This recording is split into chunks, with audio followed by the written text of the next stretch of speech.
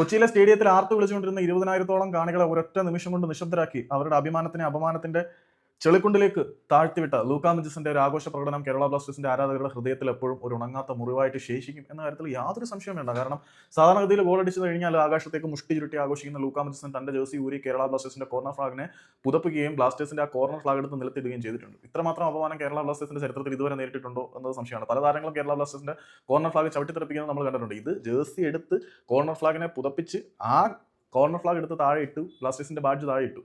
അത് പഞ്ചാബിന്റെ ആരാധകരെ സംബന്ധിച്ചിടത്തോളം രോമാഞ്ചത്തിന്റെ ഉത്തുംഗ ശൃംഖത്തിലേക്ക് അവരെ എത്തിക്കുന്ന മൊമെന്റ് ആണെങ്കിൽ പോലും കേരള ബ്ലാസ്റ്റേഴ്സിന്റെ ആരാധകരെ സംബന്ധിച്ചിടത്തോളം വളരെയധികം അപമാനിതരാണ്. പക്ഷേ തൊട്ടടുത്ത നിമിഷം തന്നെ റഫറി ലൂക്കാ മജിസിനെ കൊണ്ട് തന്നെ ആ കോർണർ ഫ്ലാഗ് എടുത്ത് റെസ്പെക്ട് ചെയ്തുകൊണ്ട് തിരിച്ചിടാൻ പറഞ്ഞ് അത് ചെയ്യിച്ചതോടുകൂടി കേരള ബ്ലാസ്റ്റേഴ്സിന്റെ ആരാധകർക്ക് കുറച്ച് കയ്യടിയും കാര്യങ്ങളൊക്കെ കിട്ടി. അത് സ്റ്റാറ്റസ് ഇടാനും പറ്റും. പക്ഷേ എന്തുകൊണ്ടാണ് ലൂക്കാ മജിസൻ അത്തരത്തിലൊരു പ്രവൃത്തി ചെയ്തത് എന്നുള്ള ചോദ്യത്തിന് മജിസിന് കൃത്യമായിട്ടുള്ള ഉത്തരവുണ്ട്.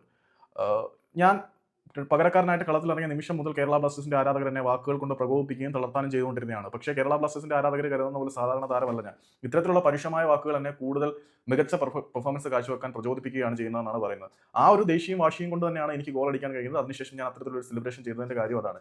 ഇത്തരത്തിൽ തിങ്ങി നിറഞ്ഞിരിക്കുന്ന ഗാലറിയിലെ ആരാധകർ യഥാർത്ഥത്തിൽ സമ്മർദ്ദം ഉണ്ടാക്കി കൊടുക്കുന്നത് ഞങ്ങൾക്കല്ല, ബ്ലാസ്റ്റേഴ്സിനാണ് എന്ന് കൂടി ലൂക്കാ